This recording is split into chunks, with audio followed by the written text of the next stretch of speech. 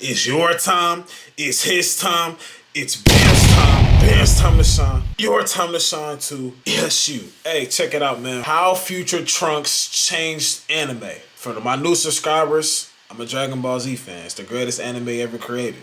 Every anime is here because of this show in particular. They paved the way.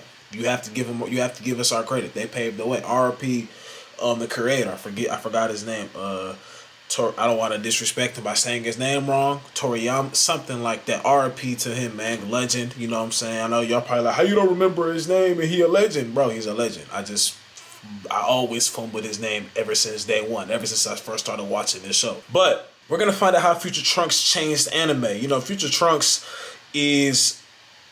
will always be better than the Trunks that grew up in the regular timeline for those that watch Dragon Ball Z. I've always said Trunks, Goten, and even Gohan were a waste of potential. You know, that was just always my opinion. Y'all let me know in the comment section for my DBZ fans. Y'all let me know. But let's see what this video is talking about.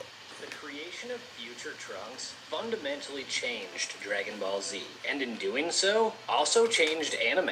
If you want to learn how, what makes him awesome, and hear some of his greatest lines, keep watching. And if not, know that I'm not above begging you to stay. If you've seen my Vegeta video, you'll know I said that Vegeta changed anime because of the influence he had on inspiring similar characters. That's not the case here. Future Trunks changed things in a vastly different way.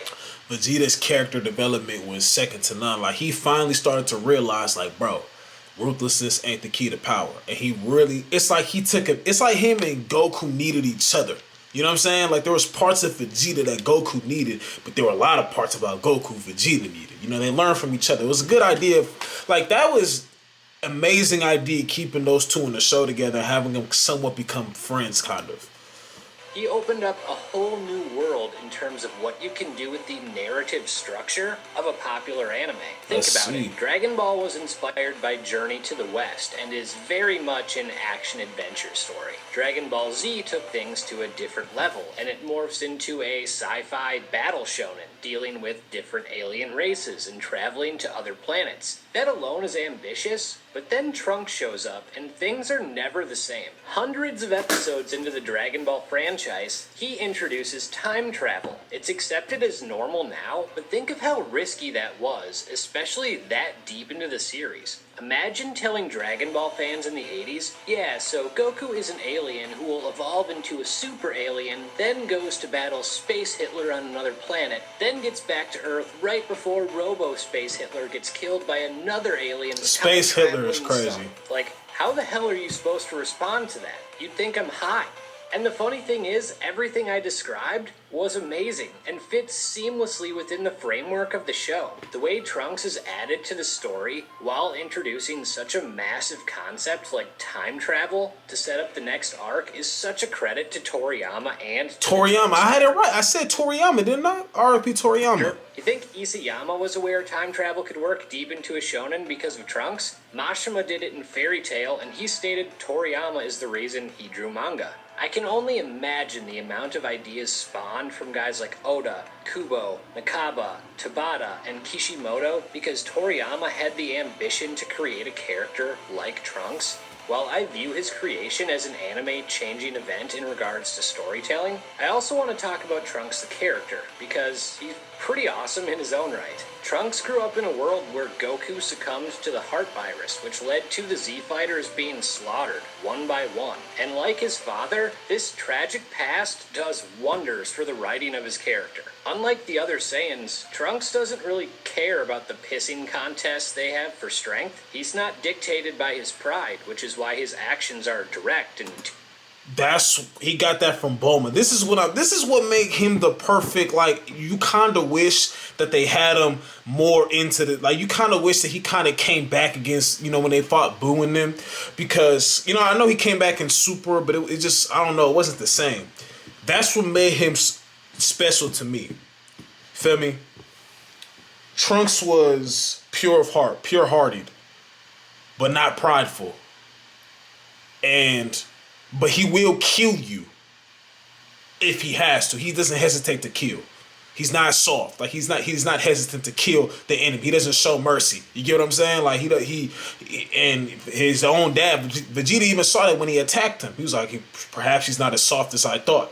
You know what I'm saying? Well, he is my son. Like Vegeta kind of forgot that I was his kid. Like, bro, I will kill you. Even though you are my dad, I will kill you if I need to stop what's going on. Like, you know, because he already came from that bullshit in the future.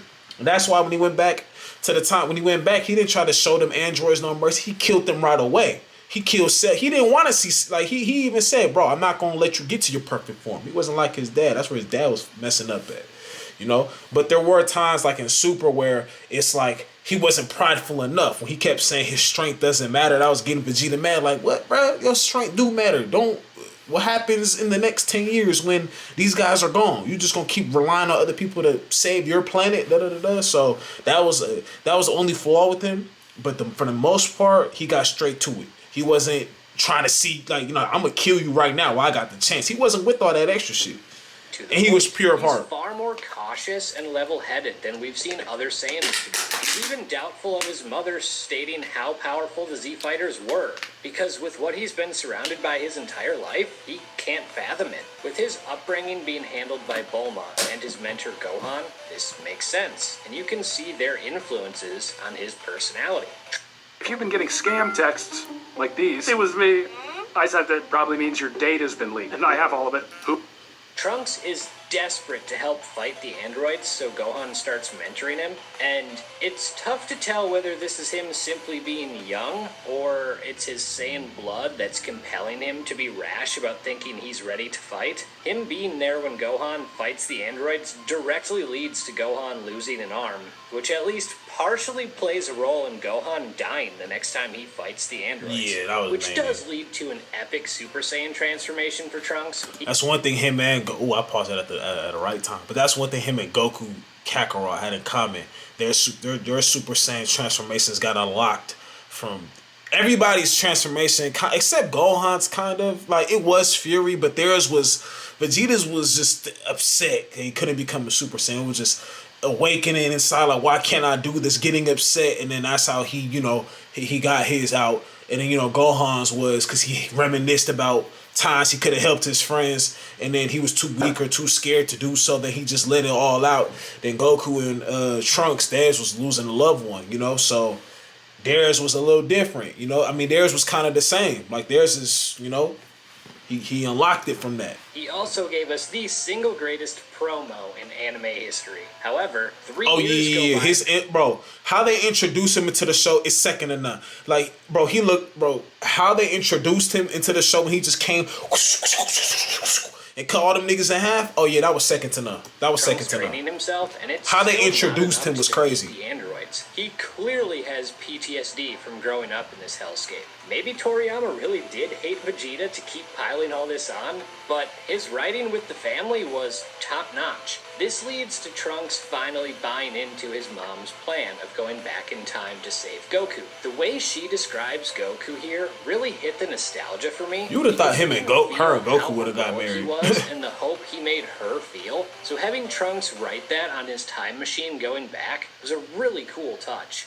While he's hopeful, he's still practical, and he says as much. I agreed with my mother that I should travel back in time, but I had my own reasons for wanting to go. I had hoped that in the past, with Goku's help, I would find the androids had some weakness. That way I could go back to the future, and even though I still wouldn't be able to bring back all those already gone, I might be able to save the people who are left. Trunks' debut in the normal timeline was insane. I said Frieza that. and King Cold have arrived on Earth, and Goku is nowhere to be found. The stakes could not be high. That's another area where Goku messed up at.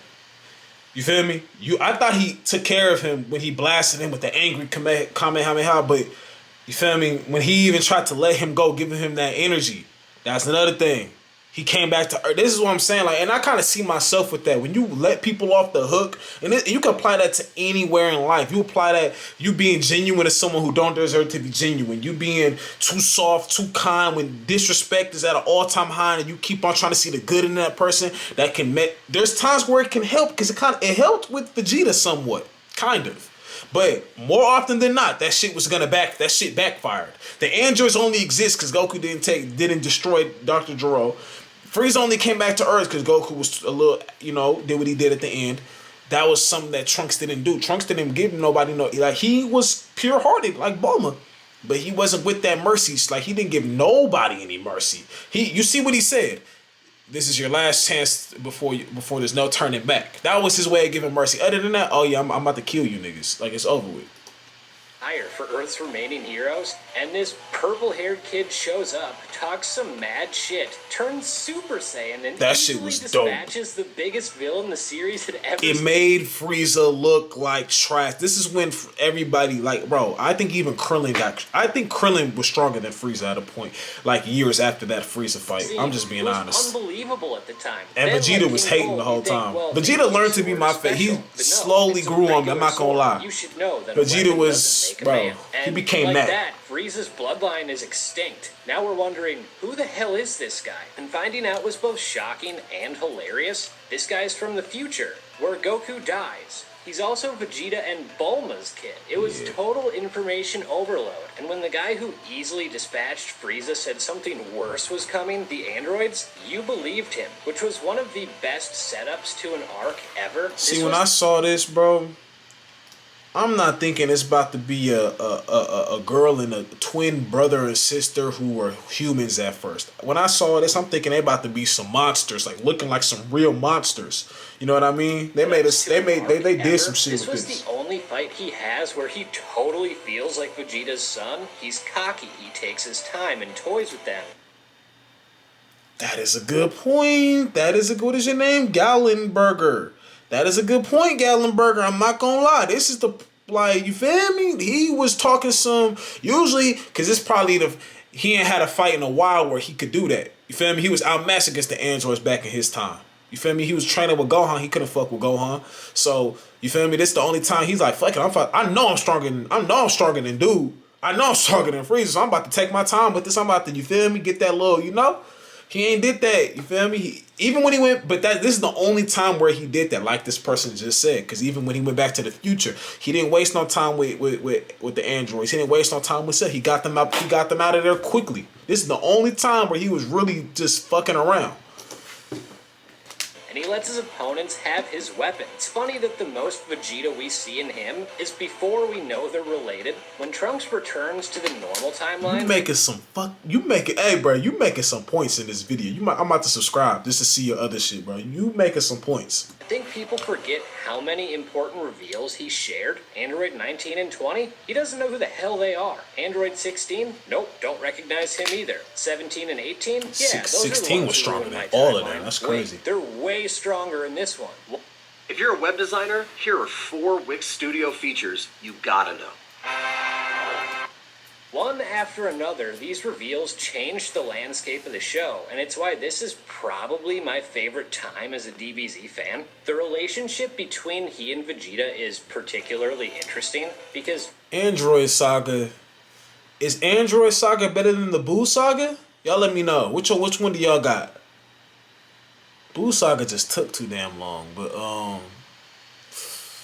I ain't gonna lie, the Android Saga is low-key, it's fucking with the Buu Saga. I don't know which one's better, but it's definitely close. It's definitely close. Vegeta doesn't care about him at all early on, and they have a lot of trouble relating. Trunks had only heard stories about his father. I think Vegeta really did deep down care about him. He just, because he showed it when Trunks got killed. Strong and arrogant, while Trunks is reserved, cautious, and efficient. They have completely different values, and Vegeta looks down on him. In the hyperbolic time chamber, they barely interact, and Vegeta has little interest in him at all. It's only when Cell kills Trunks that these paternal feelings show through for Vegeta. Before Trunks goes back to the future, we get a cool moment. Father, you're so tough and proud, hard and cold like a rock, but still, deep down, your heart beats like mine does. I know you feel. I'm your son, and I will always love you. I'm glad I got to see you, Dad. They progress this well in Super, but we'll get into that in a little bit. One of the most underrated episodes in all of Dragon Ball Z has to be actually watching Trunks return to the future after the Cell games. Any DBZ fan worth their salt saw the history of Trunks, and we hated those androids for what they did to Gohan. Them being completely helpless to him and acting his revenge was so goddamn sweet, and he gave us the most badass speech he ever gives. You hate the fact that you're powerless powerless to stop me, that you're completely outmatched. Well, imagine feeling the way you do now all of the time, like the... I'm not gonna lie. Imagine